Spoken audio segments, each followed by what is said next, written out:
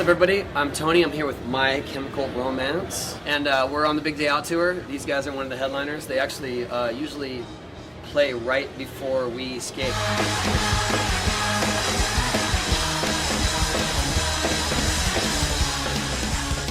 Our side is skate-centric, so I was going to ask anybody here skate. You used to, right? Yeah. He's the only one. I can't pull it off. I broke both my ankles skating, and I suck then, I suck now. I try to.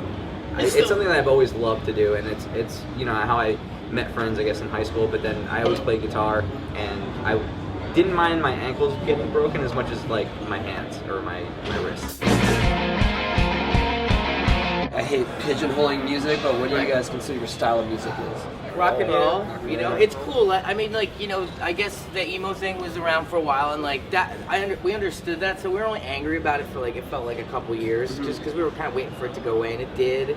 So now you look back on that stuff, and you're like, well, you know, like Pearl Jam didn't want to be called grunge, but they still mention it when they mention their name, so it's like, we're okay with it. We're even more okay with it that it's gone now, and we could just be a rock band like we always were.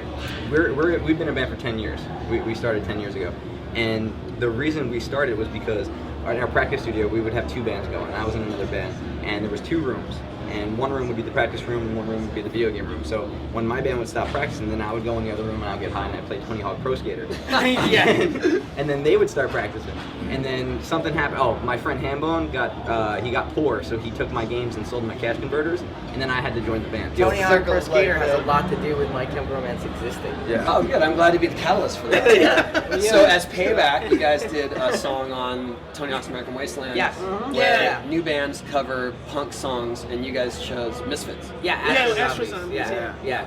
And it's funny because like that was always my favorite Misfits song. The older you get, you find cool things about other songs. Those kind of become your favorites, like Hybrid Moments or something like that. But I was like, well, we may never get a chance to do this again, so let's do Astro Zombies. And it was super fun. It was very stressful, actually. It was stressful because you wanted to do it justice? Yeah, it's really tough because like there's so many great things about those early Misfits recordings too. Like you'd hear stories about them recording it in haunted houses, or Glenn was always doing some crazy stuff in the studio to make it sound weird. And you're never gonna get it even close to how great they had done it.